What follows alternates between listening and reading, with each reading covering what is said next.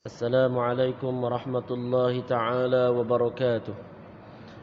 إن الحمد لله الذي نحمده ونستعينه ونستهديه ونشكره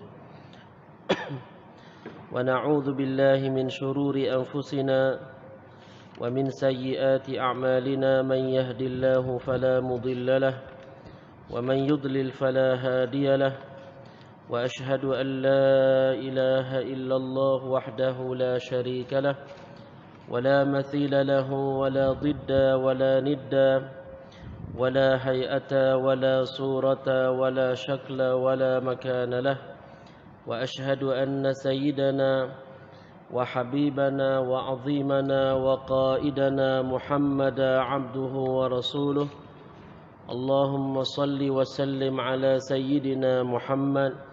اللهم علمنا ما جهلنا وذكرنا ما نسينا وزدنا علما ونعوذ بك من حال أهل النار.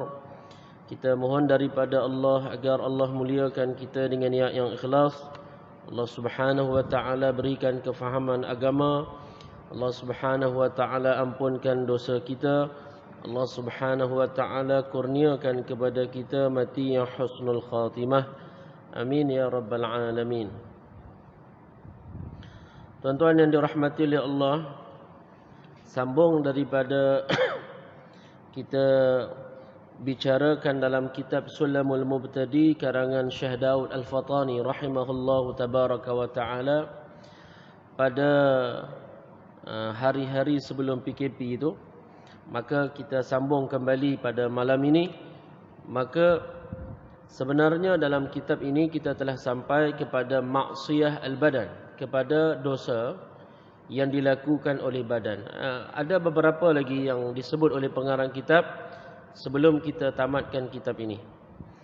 Maka antara yang disebut oleh pengarang kitab ialah tentang tanjisul masajidi wa taqdiruhu, iaitu di antara dosa yang dilakukan oleh badan menajiskan masjid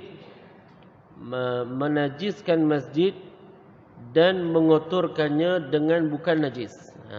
Jadi ini adalah satu keterangan daripada ulama bahawa di antara dosa yang dilakukan oleh jasad, oleh badan kita, ialah kita menajiskan masjid.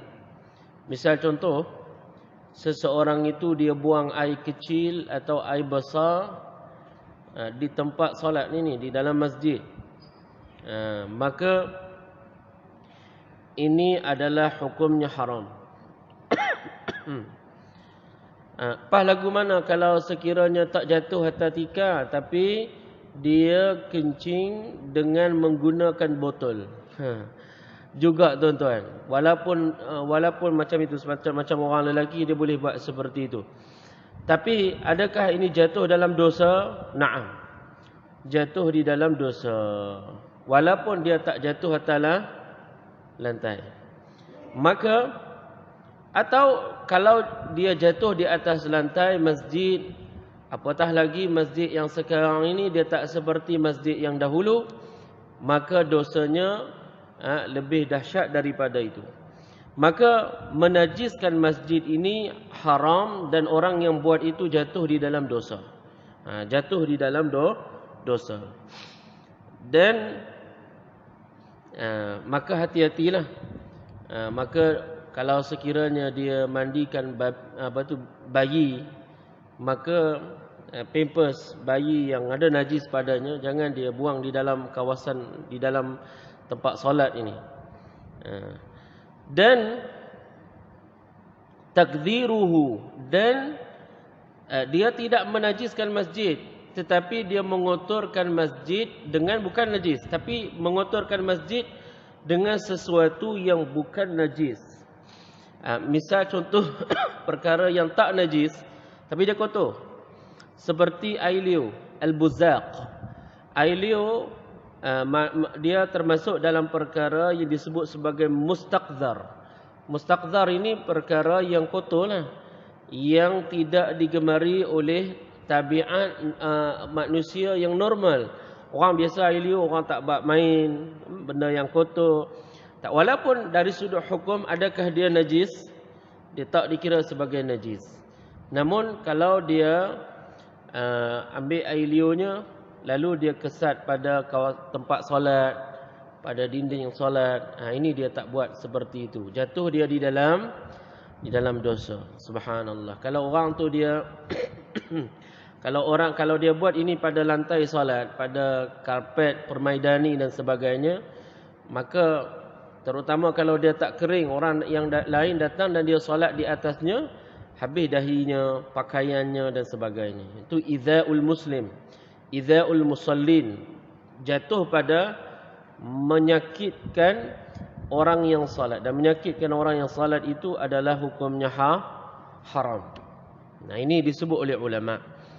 Maka juga al-mukhat. Mukhat ni hingus. Kalau dia dalam keadaan selsema, tapi sekarang ini musim Covid ini yang selsema, kita tidak galakkan datang ke kawasan kita, masjid dan surau dan sebagainya. Tetapi andai katalah bukan pada situasi yang seperti ini, maka orang yang berada dalam keadaan seperti ini, dia daripada awal dia siap dengan tisu di dalam jubahnya, di dalam pakaiannya, supaya kalau ini berlaku ketika solat, maka dia boleh sucikan dengan menggunakan alat ini. Jadi dia bawalah senantiasa tisu di dalam pakaiannya. Dan kalau dia tak ada langsung, jadi dia guna pakaiannya, jangan diguna kawasan masjid ni. Dia letak di lantai masjid, di dinding masjid dan sebagainya. Ini dia kena jaga kemuliaan masjid ini. Dia kena jaga, dan dia ada hukum dalam syarak, bukan hanya biasa-biasa, ada hukum di dalam syarak Allah Tabaraka wa Taala. Jadi di sini pada perbahasan awalnya kita nak sebut bahawa di antara dosa yang dilakukan oleh badan ialah menajiskan masjid dengan najis seperti kencing ataupun air besar, air kecil dan air besar, ini haram. Walaupun dan mengotorkannya walaupun dengan sesuatu yang tidak najis. Barangkali benda tu suci. Misal contoh tisu, kita ada tisu kan, kita guna tisu duduk dalam poket kita. Maka tisu ni kita tak buang dalam tong sampah, kita buang di kawasan inilah, kawasan masjid kita ini. Kan suci itu kan, kita tak ada najis padanya. Tapi dia haram walaupun dia suci. Ini dia panggil taqdzirul masajid, mengotorkan masjid dengan bahan-bahan yang suci. Dia minum air mineral pun dia buang tuan-tuan di kawasan masjid, misal contoh di kawasan yang seperti kita solat inilah. Maka ini disebut oleh para ulama mengotorkan masjid walaupun dengan bahan yang suci, maka dia tidak diharuskan dalam syarak, haram dalam syarak. Kenapa ini kita bincangkan tuan-tuan? Kerana ulama kata lianna hifdzal masjidi min dzalika min ta'zimi sya'airillah. Kerana menjaga masjid daripada perkara-perkara tadi itu termasuk di antara mengagungkan syiar Allah Tabaraka wa Taala. So kita tahu bahawa masjid ini salah satu daripada syiar keagungan Islam. Masjid ini adalah satu lambang, satu syiar Islam. Maka menjaga perbuatan kita daripada ini, khususnya untuk siap kita di semua masjid lah, surau dan sebagainya, ambil berat tentang kebersihan masjid, kita buat gotong royong, ini salah satu daripada mengagungkan syiar masjid. Dan sudah tentu orang yang bertungkus lumus bekerjasama membersihkan masjid ini ada pahala baginya. Kita sama-sama ahli jawatan kuasa masyarakat di sini membersihkan masjid kita, maka itu ada pahala pada perbuatan tersebut. Baik. Jadi di sini kita sebut bagi orang yang tak menghina masjid. Kenapa? Orang yang tak menghina masjid, dia kotorkan masjid dengan najis atau bahan yang bukan najis, maka hukumnya haram. Berbeza dengan orang yang dia mengotorkan masjid, dia kotorkan masjid dengan bahan yang suci ataupun dengan najis, tetapi dia buat itu kerana dia nak menghina masjid, kerana masjid ini adalah tempat bagi solat. Oleh kerana itu dia nak hina. Maka di sini hukumnya adalah murtad. Ulama kata di sini dia jatuh di dalam kemurtadan. Jadi kalau orang yang dia buat seperti ini pada masjid, maka dia kena mengucap 2 kalimah syahadah. Ketika ini gugur imannya, kerana ulama kata ini menghina syiar agama. Dan ini tuan-tuan dalam kitab Murtad, dalam kitab satu babur riddah, bab pada menyatakan kemurtadan, maka ini salah satu daripada hukum orang itu dia boleh keluar daripada Islam. Dalam Al-Quran Allah Ta'ala kata, "Dzalika wa man yu'azzim sya'airallah fa innaha min taqwal qulub." Dan demikian itu orang yang mengagungkan syiar-syiar Allah, dan masjid salah satu daripada syiar Allah, maka sudah tentu ia termasuk daripada ketakwaan di dalam hati. Subhanallah. Maka di antara cara seseorang itu dia mengagungkan masjid ini, memuliakan masjid. Apa caranya? Bagaimana kita nak memuliakan masjid dan nak meninggikan syiar masjid? Salah satu daripadanya ialah dengan tatyibuha, dengan seseorang itu dia mewangikan masjid. Dan ini kalau lihat di dalam sejarah Islam, memanglah daripada zaman Utsmaniyah dan sebelum zaman Utsmaniyah, masjid ini sangat dijaga kesuciannya.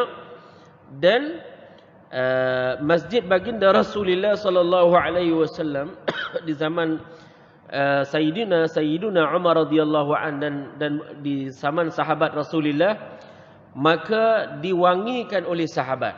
Mereka mewangikan masjid ini dengan cara tabkhir. Tabkhir ni guna bakhur. Kan kalau kita pergi ke Mekah, Madinah tu, mereka guna asap tu kan, yang kita panggil, kita ni lah panggil kemenyan. Tetapi sebenarnya kita kalau tengok kemenyan kita yang dulu-dulu tu, bau dia tak adalah enak sangat kan.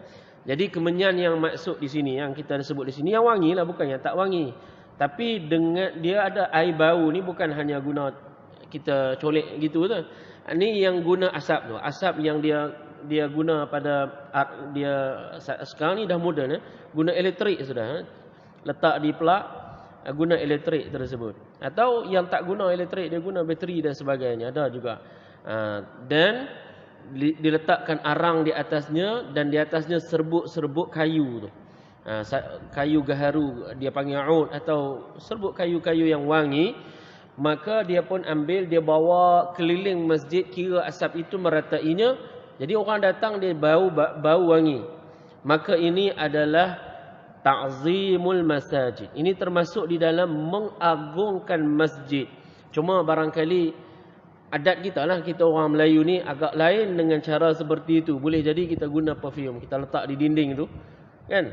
Kemudian dia berapa kali sekali tu, dalam setengah jam ke 15 minit ke, begitulah kan.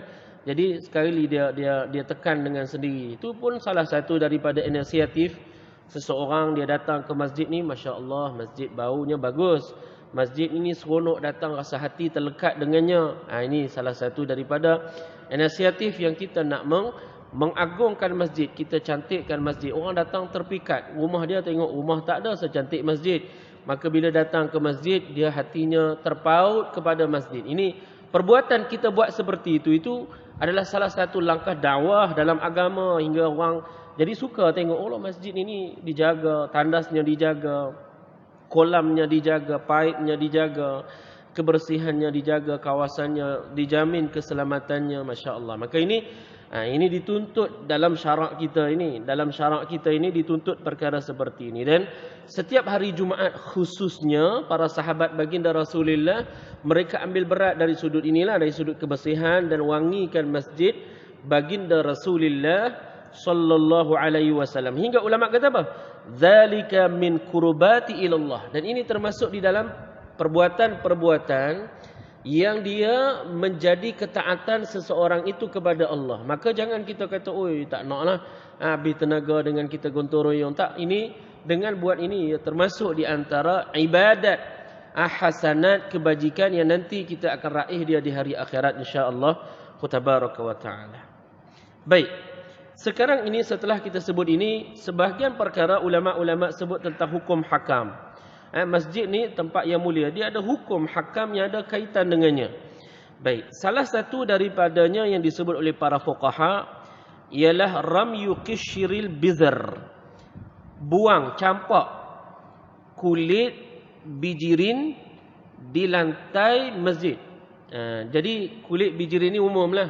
Kalau kita dalam konteks kita sekarang ni, makan kuaci, kulit kuaci tu kan, makan-makan, dia buang. Sambil-sambil bercakap, dia buang di kawasan-kawasan masjid ini kan.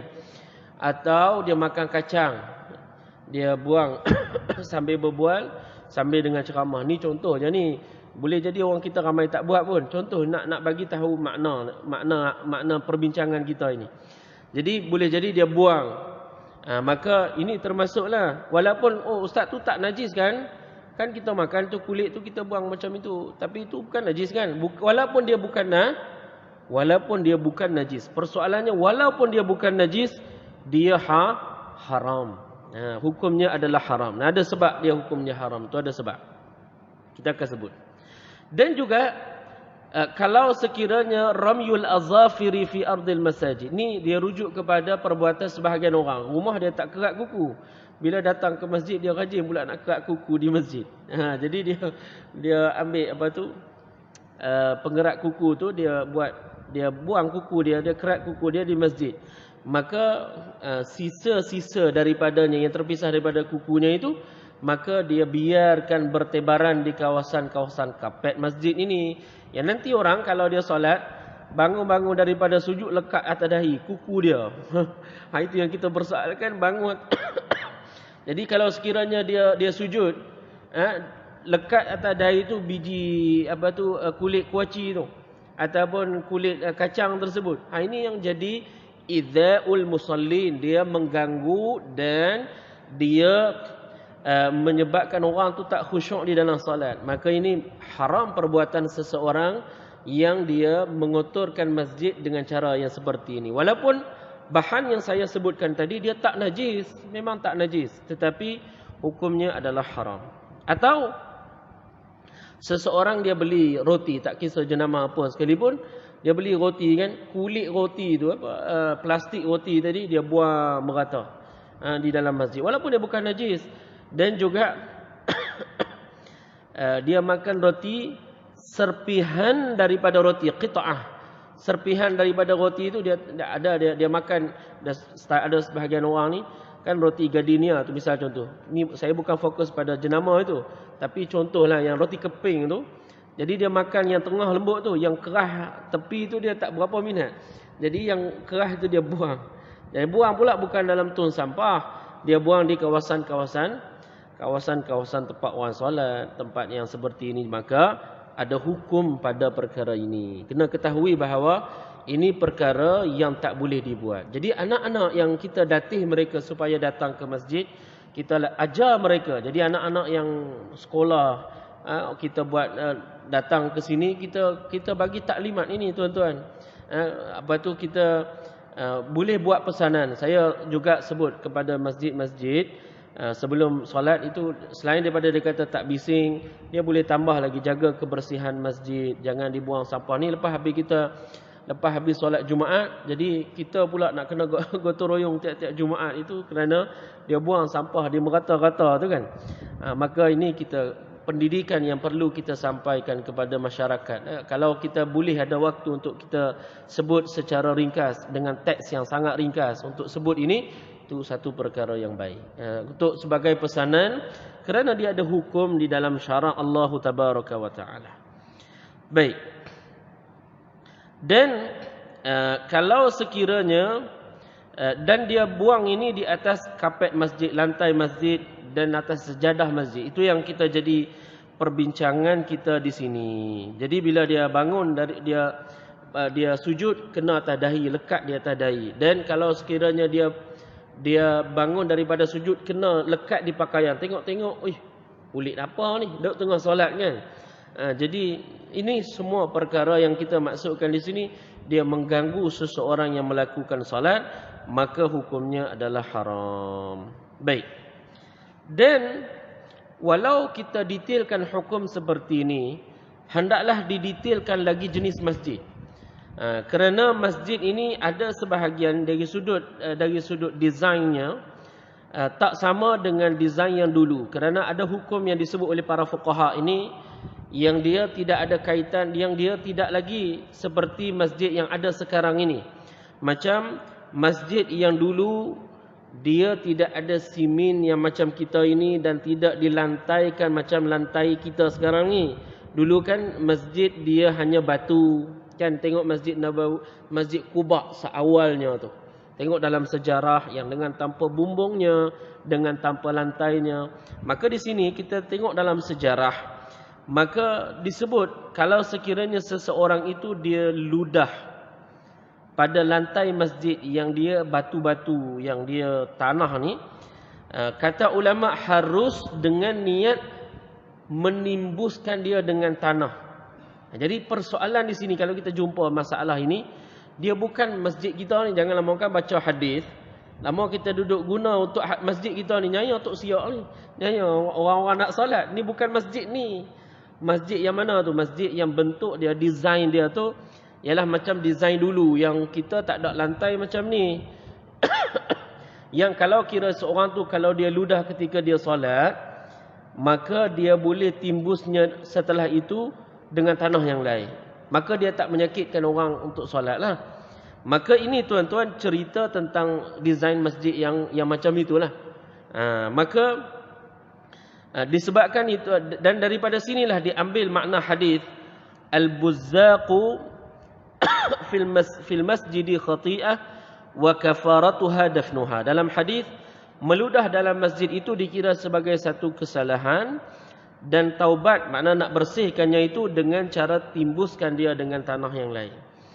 Maka ini ulama dia sebut harus pada masjid yang macam itu saja tuan-tuan.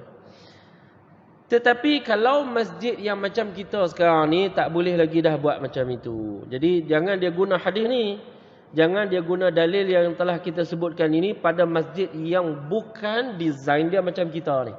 So kebanyakan masjid hari ni dah kita tak jumpa dah. Dalam konteks sekarang ini, masjid yang seperti itu yang boleh kita suka-suka untuk ludah di merata-rata tempat. So dia boleh buat di mana? Dia boleh buat di tandas, di singki, di tempat yang longkang misal contoh dan sebagainya. Tetapi kawasan-kawasan tempat orang yang salat ini tambah dengan ada kapetnya, dengan ada pemaidaninya, ini tak boleh dia buat seperti yang kita telah sebutkan di sini.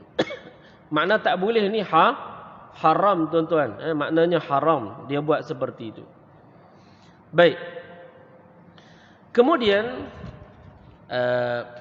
dalam dunia ni kita banyak tempat dunia ni. Apakah tempat yang paling diredai oleh Allah Tabaraka wa Taala? Tak syak lagi masjid. Dalam satu hadis Rasulullah sallallahu alaihi wasallam, Nabi SAW ditanya, apakah tempat yang paling afdal di dunia? Afdalul biqa', tempat yang paling baik di dunia sekali. Maka baginda Rasulullah pada awalnya tak mengetahui apakah tempat itu. Dan Nabi ini tengok, Nabi ajar kepada kita di saat kita tak tahu, jawabnya la adri, saya tak tahu. Dan inilah Rasulullah seafdal mutawadhi'in, orang yang paling tawadhu' di dunia. Hatta baginda Rasulullah yang dia dapat wahyu daripada Allah, maka dia jawab saya tak tahu ketika dia tak tahu. Maka dia kata apa? Saya tanya Jibril alaihi salatu wasalam, as'alu Jibril. Maka bila ditanya Jibril juga, Jibril tak tahu.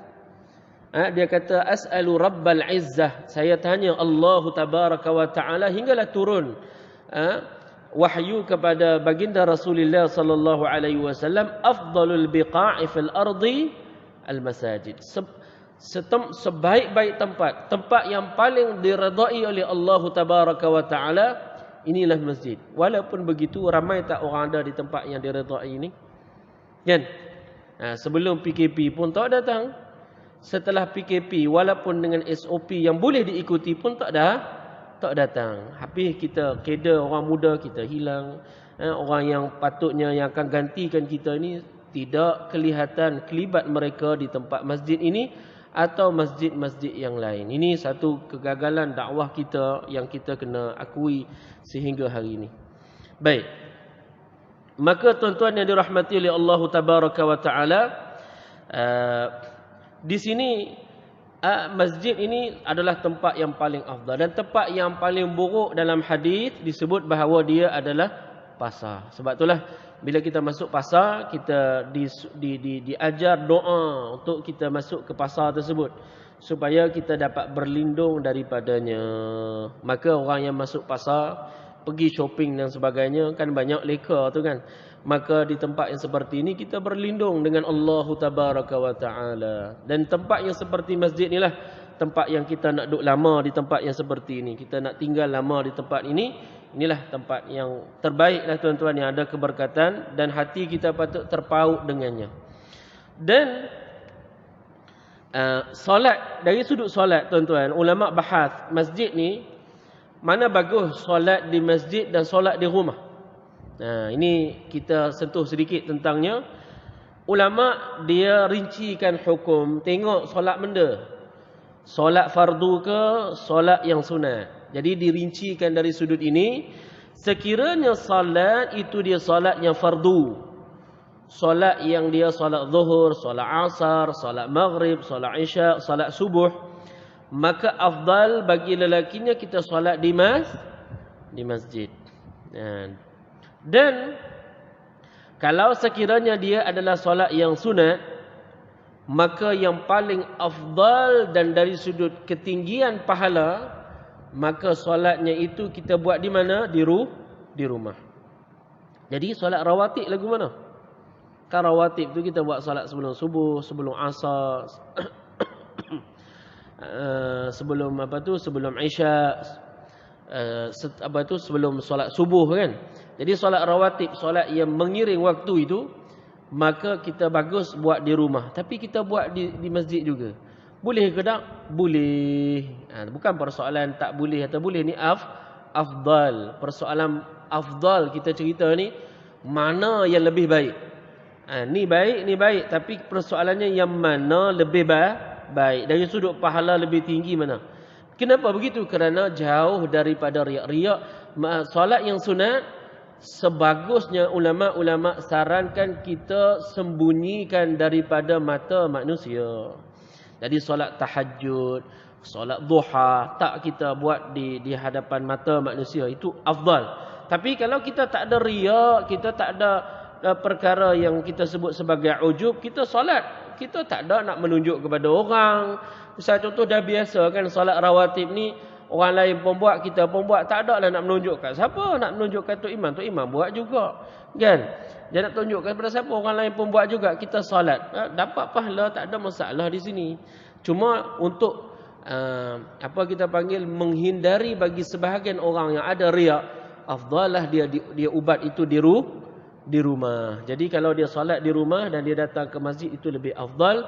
Terutama bagi orang yang hatinya tidak ada latihan ini, orang yang tak ada latihan dengan tasawuf, orang yang tidak ada latihan dengan penyakit riak ni, maka andai dia boleh latih amalan-amalan sunat ni, dia buat di rumah. Solat hajatnya, solat solat tahajudnya dan sebagainya, ini dia buat di rumah. Baik. Atau solat duha sekalipun dia buat di rumah. Mana jauh daripada penglihatan orang. Jadi kalau sekiranya di pejabat pun, dia pilih kawasan yang tak nidak tempat laluan orang tu, dia pergi solat. Dia nak bagi orang tengok. Jadi rugilah dia. Kita carilah tempat yang orang tak hadir padanya. Faham tak tuan-tuan? Ini solat sunat yang kalau kita bersendirian itu lebih afdal daripada dilihat oleh orang lain. Ini. Baik. Kemudian tentang masjid ini, dia ada hukum iktikaf. Dan iktikaf tuan-tuan, sah iktikaf itu dengan dua rukun. Niat untuk iktikaf, dan selalu masjid dia ada selalu pesanan. Kebanyakan masjid dia buat di situ pesanan supaya bila kita masuk dalam masjid ni, kita niat iktikaf. Dan niat iktikaf ini di masjid dapat pahala yang besar. walaupun tempoh yang kita berada di dalam masjid ni dengan tempoh yang sedikit, tetapi pahala kita buat kita iktikaf ini adalah pahala yang besar. Dan kalau berlalu waktu dalam iktikaf itu kita tak buat apa-apa, duduk diam je, tak ada nak baca apa-apa pun, maka boleh juga, makna dapat pahala juga. Tapi kalau orang tu dia baca Al-Quran, atau dia sebut subhanallah, zikir, atau dia sebut la ilaha illallah, ini tahlil, atau dia kata Allahu Akbar, Allahu Akbar, Allahu Akbar, takbir, atau dia kata Alhamdulillah, Alhamdulillah, Alhamdulillah, sudah tentulah pahala yang lebih besar daripada dia tak sebut apa-apa. Dan lebih daripada itu hadir majlis ilmu. Walaupun kita hadir dalam keadaan tak buat apa-apa, tapi menghadiri majlis ilmu itu lebih agung daripada kita menghadiri majlis zikir. Kalau kita datang zikir banyak sekalipun, tapi menghadiri majlis ilmu ia lebih afdal daripadanya berdasarkan sabdaan baginda Rasulullah sallallahu alaihi wasallam. Baik. Juga tentang masjid ini, ulama-ulama juga membicarakan tentang perkara yang berkaitan dengan jual beli di dalam masjid. So kadang-kadang dengan tahu hukum adapun tak tahu hukum. Jual beli di dalam masjid ni dia bukan haram, dia makruh. Makruh hukum dia tuan-tuan. Kita seseorang yang dia buat jual beli dalam masjid. Dan kena jagalah hatta penceramah sekalipun. Ni dia jual madu, maka dia ambil peluang ketika inilah, ketika medan nak apa tu online, dan juga ketika ada jemaah yang ramai ni, dia pun cerita pasal madu, akhirnya keluar produk madu letak atas sini. Tahu buku, kadang-kadang buku. Maka hati-hati, ni ada hukum padanya. Dan Nabi sebut dalam hadis Rasulullah sallallahu alaihi wasallam, "Idza ra'aitum man yabi' aw yabta' fil masjid faqulu lahu la barakallahu laka." Nabi sallallahu alaihi wasallam kata, dan apabila kamu lihat orang ada dia buat transaksi, dia jual beli di masjid ini, dia buat jual beli di dalam kawasan solat ini, tambah diiklankan lagi, dicerita macam nilah, maka sebutkan kepadanya, moga Allah tidak akan berkati perniagaan kamu. Sedahsyat itulah. Tapi ini bukan haram, dia makruh. Makruh hukumnya. Hukum dia adalah makruh. Tetapi adakah dalam semua keadaan dia jadi makruh? Maka di sini ada beberapa keadaan darurah, maknanya kita berada dalam keterdesakan, memang perlu ada jual beli juga. Macam mana? Contoh para fuqaha sebut tentang Masjidil Haram. Di Masjid Haram ini masjid kan, Masjid Haram ini masjid. Dan masjid bukan kecil, orang ramai datang, seluruh dunia datang. Maka paip dia sekarang lebih mudah daripada dulu. Tetapi mudah sekarang pun susah jugalah. Sebab orang jauh, kita nak keluar daripada saf kita senang ke susah? Susah kan? Nak keluar daripada saf kita, nak pergi tempat nak minum tu dalam keadaan cuaca yang panas, bukan panas yang biasa-biasa. Kena tahi panas dia betul-betul tu, Masya Allah. Maka di sini kalau ada seorang pekerja yang dia datang dengan air mineral atau air zam-zam, dia minumkan kita, dia beri, dia kata ni 3 rial saja tu. Maka kita pun bayar kepadanya dan kita minum air ini. Maka di sini kan dalam masjid, bagaimana? Kata ulama harus tidak jadi makruh pun. Jadi ini kita kena detailkanlah. Ada sebahagian keadaan terdesak ni.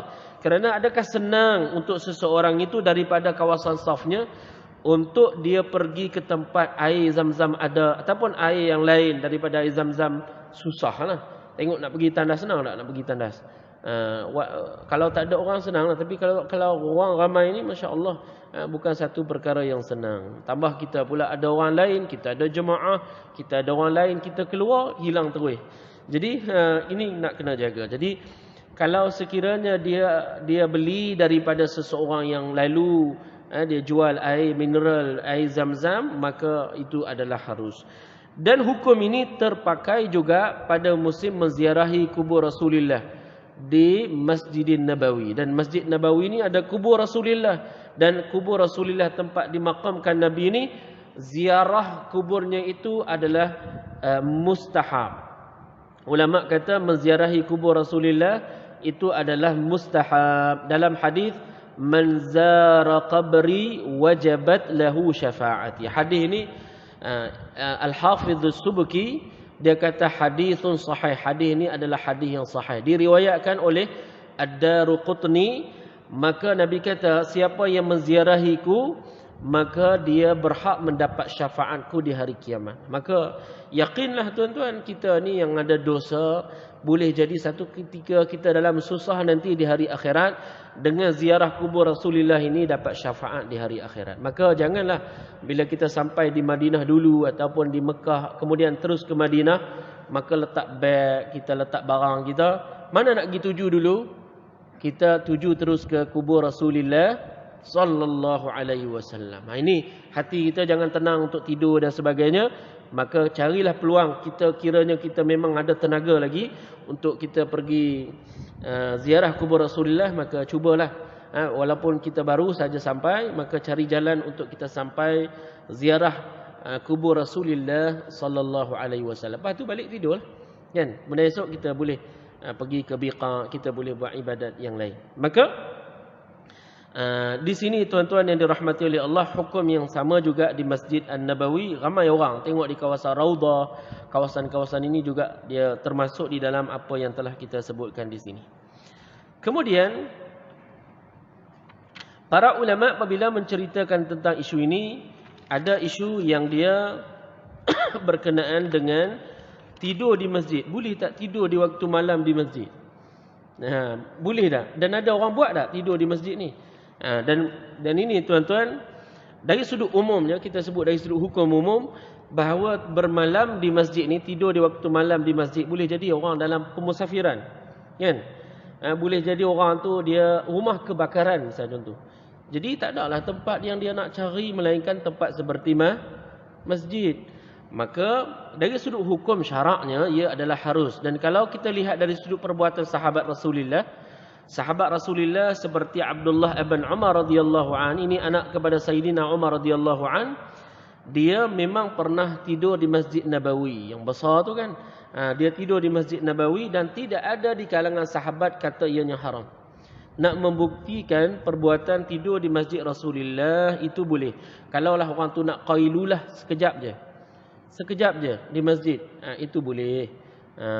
Dan hatta ini Ibnu Umar radhiyallahu an, dia berada di kawasan tempat yang orang solat padanya. Tapi kalau waktu malam kita ada isu keselamatan kan, kita tengok ada kecurian dalam konteks sekarang ni lah. Sebab dulu masjid boleh jadi dia tak macam bank. Sekarang ni masjid kita ni ada sebahagiannya simpan duit dalam tu, simpan barang berharga di situ kan. Jadi kawasan terutama di kawasan apa kita panggil ni, ruang solat ke apa, kawasan ruang solat biasanya ditutup lah kawasan ruang solat ini, melainkan kawasan kaki lima. Kalau dia nak tidur sekalipun, kalau ada keterdesakan yang kita tidak ada masalah padanya, tapi ruang solat ini barangkali disebabkan isu keselamatan itu kita tutup. Cuma dari sudut tempat yang lain, kalau kiranya orang terdesak, kita cari peluang untuk beri kepada mereka jika mereka berhajat kepadanya. Kerana tidak ada hukum haram padanya, melainkan kalau kita tahu dia pencuri. Kita mendapati bahawa kes-kes kecurian banyak, kita dapati ini tak boleh dalam tempoh sekarang ini dan sebagainya. Baik. Kemudian tuan-tuan yang dirahmati oleh Allah Subhanahu wa taala, dari sudut bercakap di masjid, boleh tak ulama cerita ni? Boleh tak kita bercakap di masjid dengan percakapan yang dia tak haram, dan percakapan itu adalah percakapan yang harus, percakapan yang tak haram. Kalau yang haram bukan kata di masjid, di luar masjid pun haram, apatah lagi di dalam masjid. So macam orang yang dia buat dosa ketika dia berpuasa, dia di ketika puasa haram buat dosa, ketika tak berpuasa pun haram, tapi ketika puasa lagi haram. Dan kalaulah benda tu haram dibuat di luar masjid, buat dalam masjid lagi haram. Baik, sekarang ni bukan yang itu, dia bercakap dengan perkara yang harus. Maka bercakap perkara yang harus dan dia bercakap tak mengganggu orang solat, dia tak mengganggu orang yang baca Al-Quran, dia tak ganggulah orang lain, maka harus hukumnya. Harus hukumnya. Dia tak ganggu orang mengajar misalnya tu, harus hukumnya. Maka dan di sini nak memberi maklum kepada kita bahawa sebahagian orang dia melampau di dalam mengharamkan perkataan bercakap langsung kalau masuk dalam masjid, jangan bercakap. Ini kena ingat juga, kerana hingga ada sebahagian orang dia nak buat kebaikan, dia reka hadis Rasulullah dan dia buat dua hadis tuan-tuan di sini yang dikesan. Satunya, al-kalamu fil masjidi ya'kulul hasanat kama ta'kulu an-narul khutab. Kalau bercakap dalam masjid, dia kata jangan. Nanti hilang pahala kalau kita bercakap dalam masjid, seperti hilangnya hilangnya pahala seperti mana dimakan oleh api, kayu dimakan oleh api, macam itulah pahala. Maka hadis ini bukan hadis, ini hadis maudhu'. Walaupun dia tak nak bercakap, dia reka hadis. Mereka hadis ni dosa. Ini dia panggil hadis maudhu'. Maka kalau kita tengok di zaman Rasulullah, ada sahabat-sahabat Rasulullah yang dia bercakap walaupun tentang perkara yang dia berkaitan dengan dunia. Ada sebahagian sahabat dia bertanya tentang hutang. Bila nak bayar hutang? Misalnya contoh, ini boleh juga berlaku di dalam masjid dan kita tak boleh kata ianya haram. Boleh. Dia nak tanya kaifa haluka, apa khabar, sihat ke tidak. Jadi ini boleh. Jadi tuan-tuan yang dirahmati oleh Allah Subhanahu wa taala, ini ulama-ulama sebut juga tentang membicara tentang masalah ini. Dan masalah yang terakhir sebelum kita tutup ini, iaitulah tentang cara kita duduk dalam masjid. Jadi sebahagian orang dia silap faham tentang cara untuk duduk dalam masjid. Duduk dalam masjid ini tidak ada duduk yang dikatakan haram. Ada sebahagian orang dia kata bahawa kalau duduk berlunjur dan kaki itu kita hadapkan ke kiblat itu haram. Jawabnya tak betul. Kenapa? Kerana ada hadis menunjukkan baginda Rasulullah sallallahu alaihi wasallam pernah lunjurkan kakinya ke arah kiblat dan ianya tidak haram. Jadi yang haramnya lah kaki kita lunjurkan ke mushaf. Jadi mushaf ni tuan-tuan, dalam almari ni jangan susun mushaf di tingkat bawah, tinggikan sedikit. Jangan paling bawah tu, supaya bila kita berlunjur kaki kita terus menghadap kepadanya. Maka tuan-tuan yang dirahmati oleh Allah Tabaraka wa Ta'ala, saya ingat sekadar ini itu kita punya poin yang paling akhir. Aqulu qawli hadza, barakallahu fikum wa ahsanallahu ilaikum wa jazakumullahu khairan katsira. Assalamualaikum warahmatullahi. Bismillahirrahmanirrahim. Alhamdulillahi rabbil alamin. حمدا يوافي نعمه ويكافئ مزيده يا ربنا لك الحمد كما ينبغي لجلال وجهك وعظيم سلطانك اللهم اقسم لنا من خشيتك ما يحول بيننا وبين معاصيك ومن الطاعة ما تبلغنا به جنتك ومن اليقين ما تهون به علينا مصائب الدنيا اللهم متعنا بأسمائنا وأبصارنا وقوتنا ما أحييتنا واجعله وارث منا وصلى الله على سيدنا محمد وعلى آله وصحبه أجمعين الحمد لله رب العالمين.